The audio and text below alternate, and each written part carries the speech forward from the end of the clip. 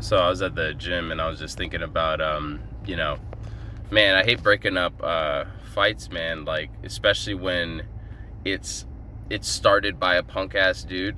You know what I mean? Luckily, in this situation last night, I was able to stop it before it got physical. But my problem is that I don't understand why this dude felt so comfortable starting this shit. You know what I'm saying? Yeah, this young white kid, he comes out, he's super preppy dude. Not a violent bone in his body, honestly.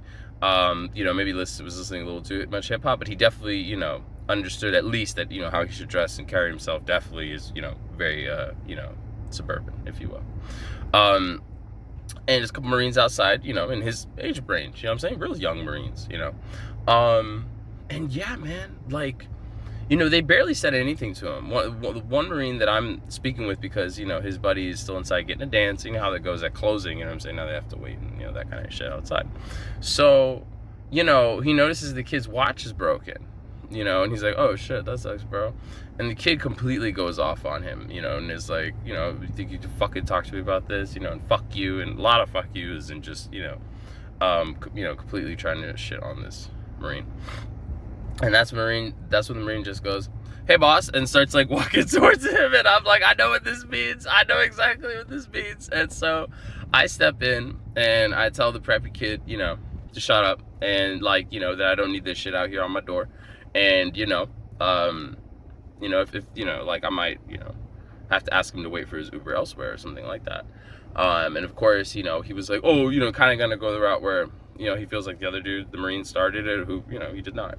And so, that shit was, squashed like really quickly, you know what I'm saying? The Marine, he has, fairly good restraint for a drunk Marine, but, a lot of these military dudes, you actually never really know what you're gonna get dealing with military guys. It's kind of funny like that. I have no idea, dude. Most of the time they're great, but out of nowhere, man, yeah, it could go bad, but most of the time they're cool. But it just upset me, the speed of which that obviously frail kid started to completely go in on this Marine. You know what I'm saying? It honestly, dude, come on, it should have been obvious, the haircut. These are all active duty young guys, just got back from deployment, that kind of thing. But like, yeah, man. So with stopping fights, I do, it's a lot of stuff that I'll think about, contextually. So for instance, in that moment and a couple of other moments where the person starting shit, right? If they're starting shit with a capable and restrained opponent, then I will step in and show that opponent that I have, made my decision of who was wrong. Okay. 9 times out of 10, that's the way to go with these situations, because the restrained, the MMA fighter who I, stepped in for, the Marines, all these types of people, gangsters, they will just be like, yeah, you know what I'm saying? That's right. You shouldn't have started this shit. Now the bouncer is going to remove you or do whatever he's going to do. I don't need to get involved with my back to someone. Well, first of all, you don't want to have your back to people, but you know what I'm saying? But like, I don't want to put all my effort on one side, and then the more volatile side is, trying to do shit while I do that. You gotta, at least for me, if I'm the first one in, and I'm the first one dealing with the situation, then I will, go for the,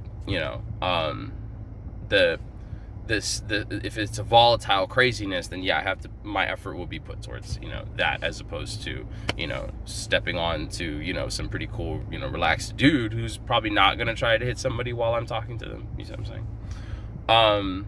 But yeah, man, if I know people out there, after a while, I almost deputize them, really, because what can happen is I may be dealing with a situation, and then I've got somebody, out there who's always hanging out there, who knows that I give them a little bit of leeway, at least outside. If I'm working inside, that's not how it goes. There's just way too many rules on the inside of a strip club.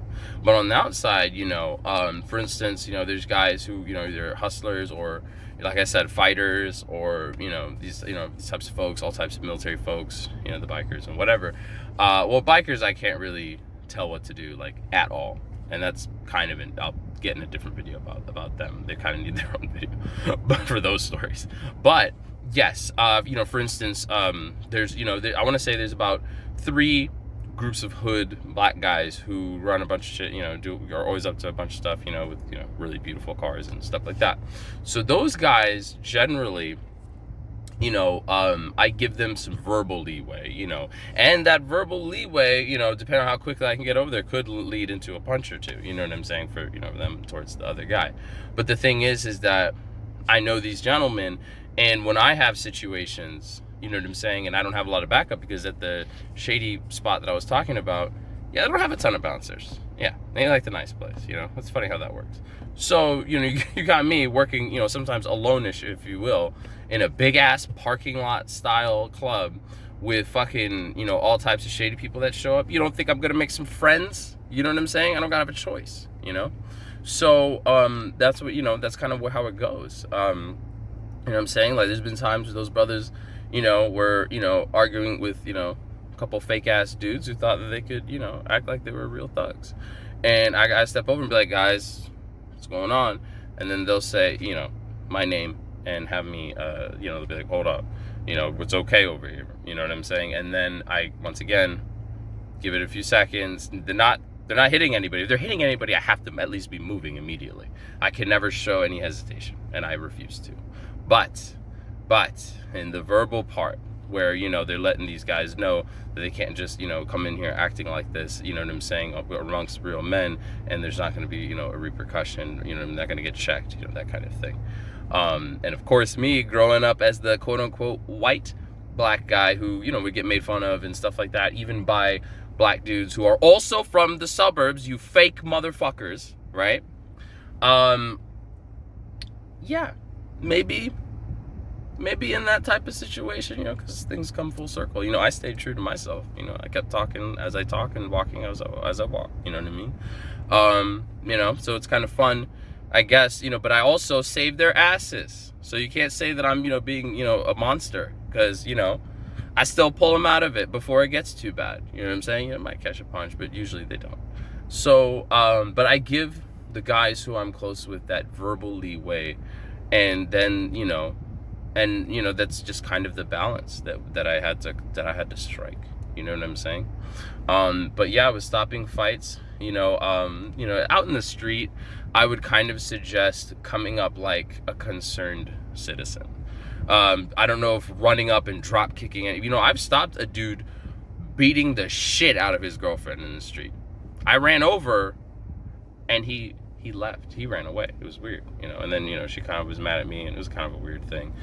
She didn't want to call the police, and I guess I washed my hands of that. I didn't really learn anything that day. But what I'm trying to say is that, in my opinion, if I see some crazy violent shit going on, and you want to help, you want to break it up, coming up like a concerned person, maybe pulling the person who's being hurt away, something like that.